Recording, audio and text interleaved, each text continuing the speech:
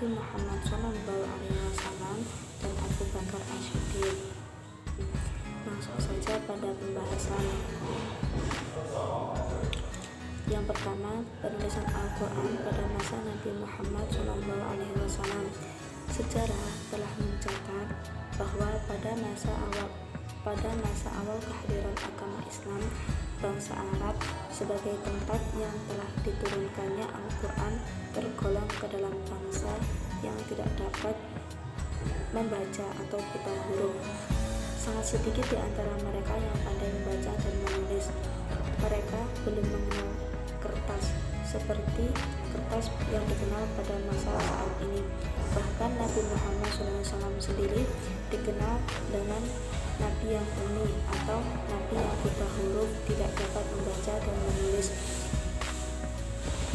Buta huruf Nabi Muhammad SAW dijelaskan dalam Al-Quran surat Al-Jumu'ah ayat 2, yaitu Bismillahirrahmanirrahim, walladzi ba'atsa fil ummiyyiina rasulan minhum yatlu 'alaihim ayatihi wa yuzakkihim wa yu'allimuhumul kitaba wal hikmah wa in kanu min qablu lafi dhalalin mubin, yang artinya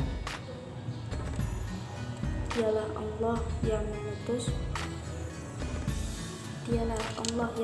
kepada kaum yang buta huruf seorang rasul dari kalangan mereka sendiri yang membacakan ayat-ayatnya kepada mereka, mensucikan mereka dan mengajarkan kepada mereka Alkitab, Al-Quran dan hikmah. Dan sesungguhnya mereka itu sebelumnya benar-benar berada dalam kesesatan yang nyata. Quran surat Al-Jumu'ah ayat 2. Kendatipun bangsa Arab pada saat itu masih tergolong bangsa yang buta huruf pada awal penurunan Al-Quran, tetapi mereka dikenal dengan memiliki daya ingat yang sangat kuat atau menghafal yang sangat kuat. Mereka sering menghafal syair Arab yang jumlahnya bahkan tidak sedikit. Dengan demikian, pada saat diturunkannya Al-Quran, Rasulullah SAW menganjurkan supaya Al-Quran itu dihafal, dibaca selalu dalam sholat.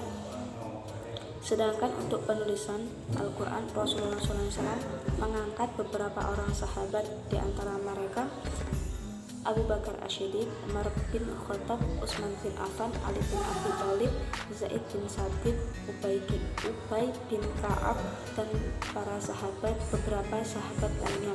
Adapun alat yang digunakan untuk menulis wahyu pada saat itu masih sangat sederhana. Para sahabat menulis Al-Quran pada pelepah kurma, batu halus berwarna putih, kulit, tulang unta, bantaran dari kayu yang biasa dipasang di atas pundak unta. Salah seorang sahabat yang paling banyak menulis wahyu yaitu Zaid bin Sabit, dan beliau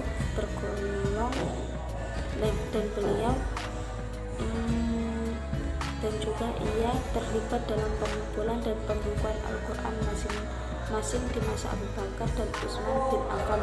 Untuk menghindari kerancuan akibat bercampur aduknya ayat-ayat Al-Quran dengan lainnya, misalnya hadis Rasulullah SAW, maka beliau tidak membenarkan seseorang sahabat menulis apapun selain Al-Quran. Larangan Rasulullah SAW untuk tidak menuliskan selain Al-Quran ini adalah sebagai bentuk suatu usaha yang sungguh-sungguh untuk menjamin keaslian Al-Quran. Setiap kali turun Al-Quran, Rasulullah SAW memanggil juru tulis wahyu dan memerintahkan sahabatnya agar mencatat dan menempatkannya serta mengurutkannya sesuai dengan petunjuk beliau. Pada masa Rasulullah SAW, keseluruhan Al-Quran telah ditulis, namun masih belum terhimpun dalam satu tempat, artinya masih bersarang-sarang. Mengingat pada masa itu belum dikenal zaman pembukuan, maka tidaklah mengherankan jika pencatatan Al-Quran bahkan bukan dilakukan pada kertas-kertas seperti dikenal pada zaman sekarang, melainkan dicatat pada benda-benda yang mungkin digunakan sebagai sarana tulis-menulis, terutama pelepah-pelepah kurma, kulit-kulit hewan, tulang belulang, bebatuan, dan juga dihafal oleh para hafid muslimin. Sebelum wafat, Rasulullah SAW telah mencocokkan Al-Quran yang diturunkan Allah kepada beliau dengan Al-Quran yang dihafal para hafid, surat demi surat, ayat demi ayat.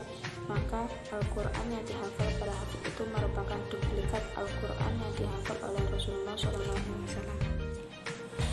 Kemudian pengumpulan Al-Quran pada masa Abu Bakar As-Siddiq.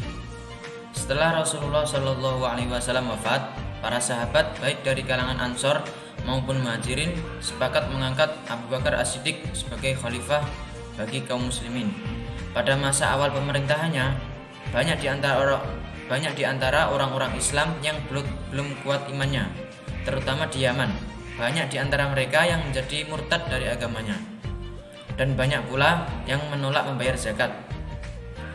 Ada pula orang-orang yang mengaku dirinya sebagai nabi, seperti Musailamah Al-Kadzab yang mengaku sebagai nabi pada masa Rasulullah SAW. Melihat fenomena yang terjadi, Abu Bakar sebagai khalifah mengambil ketegasan dengan memerangi mereka yang ingkar zakat dan mengaku sebagai nabi. Maka terjadilah peperangan yang hebat untuk menumpas orang-orang murtad dan pengikut-pengikutnya yang mengaku sebagai nabi. Peperangan itu dikenal dengan peperangan Yamamah. Dalam peperangan itu 70 penghafal Al-Quran telah gugur dari kalangan sahabat. Hal ini menimbulkan kekhawatiran diri Umar bin Khattab yang kemudian menggantikan Abu Bakar sebagai khalifah kedua, karena orang-orang ini merupakan penghafal Al-Quran yang amat baik. Umar merasa cemas jika bertambah lagi angka yang gugur dari penghafal Al-Quran. Kemudian Umar menghadap ke Abu Bakar untuk mengusulkan kepadanya agar mengumpulkan dan membukukan Al-Quran dalam satu mushaf, karena dikhawatirkan musnah dalam peperangan Yamamah yang telah banyak menghafal Al-Quran. Di sisi lain, Umar juga merasa khawatir kalau peperangan di tempat-tempat lain akan terbunuh banyak para penghafal Al-Quran, sehingga Al-Quran akan hilang.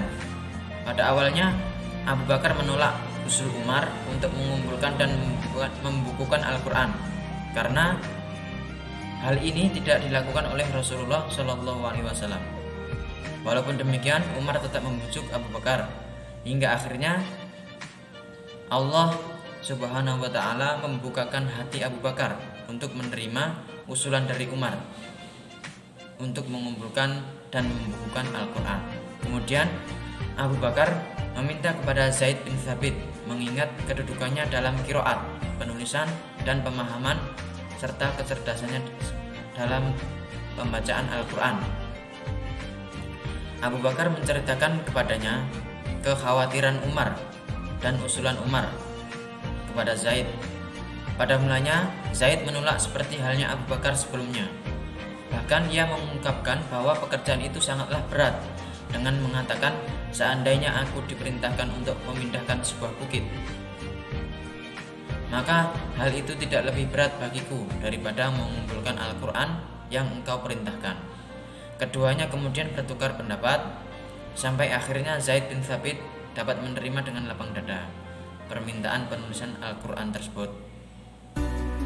Ada sebuah riwayat menyebutkan bahwa untuk kegiatan yang dimaksud, yaitu pengumpulan dan pembukaan Al-Quran, maka Abu Bakar mengangkat semacam panitia sebagai penulisan Al-Quran yang terdiri dari 4 orang dengan komposisi kepanitiaan sebagai berikut: Zaid bin Thabit sebagai ketua dan 3 orang lainnya, yaitu Utsman, Ali bin Abi Thalib, dan Ubay bin Ka'ab, masing-masing sebagai anggota.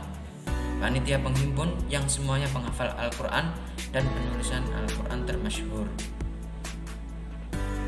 Mereka semuanya dapat menyelesaikan tugasnya dalam waktu kurang dari 1 tahun, yaitu sesudah peristiwa peperangan Yamamah tahun ke-12 Hijriah atau 633 Masehi, dan sebelum wafat Abu Bakar As-Siddiq. Dalam usaha mengumpulkan ayat-ayat Al-Quran, Zaid bin Thabit bekerja sangat teliti Sekalipun beliau hafal Al-Quran keseluruhannya, tapi untuk kepentingan pengumpulan Al-Quran yang sangat penting bagi umat Islam, masih memandang perlu mencocokkan hafalan atau catatan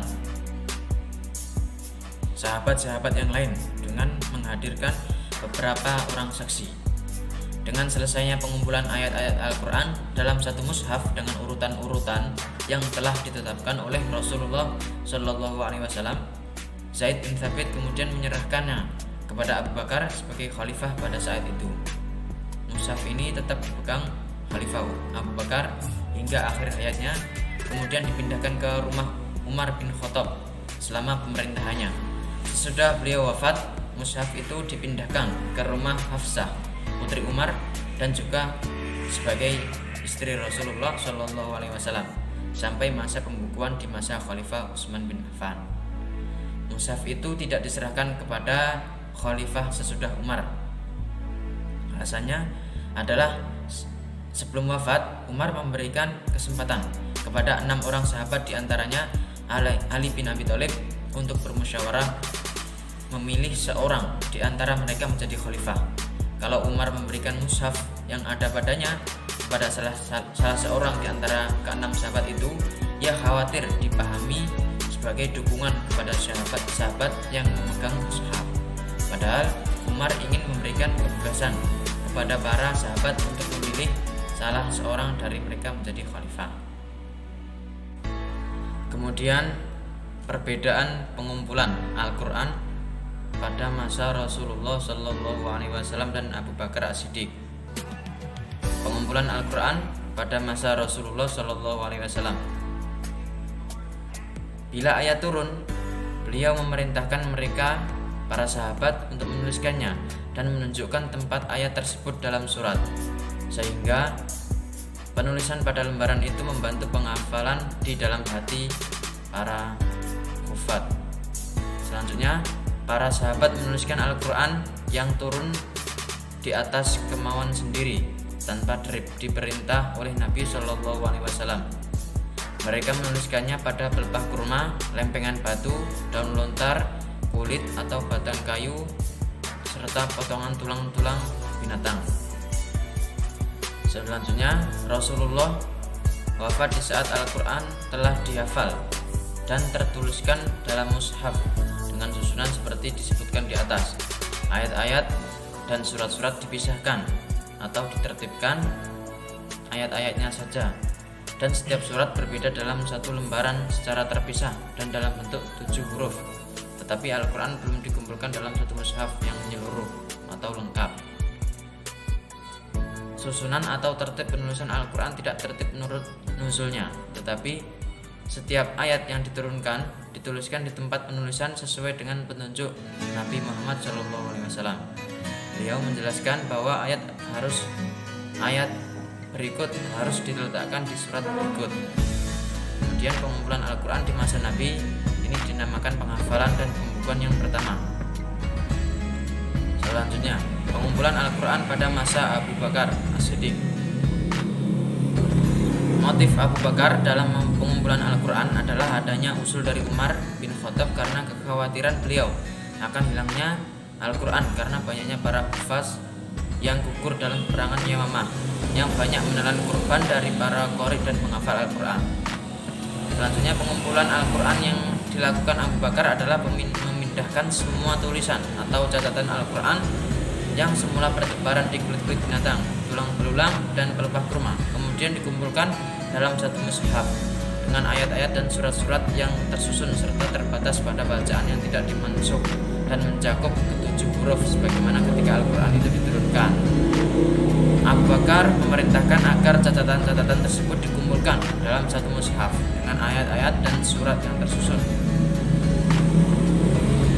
Kemudian pengumpulan Al-Quran perlu mencocokkan hafalan atau catatan sahabat-sahabat yang lain dengan menghadirkan beberapa orang saksi, yaitu diantaranya para hafidz Al-Quran. Selanjutnya, pengumpulan ayat-ayat Al-Quran dalam satu mushaf telah ditetapkan oleh Rasulullah SAW sesuai dengan urutan ayat-ayatnya. Cukup sekian dari kami. kelompok 1 mata kuliah Rasul Al-Quran. Billahi taufiq wal hidayah. Wassalamualaikum warahmatullahi wabarakatuh.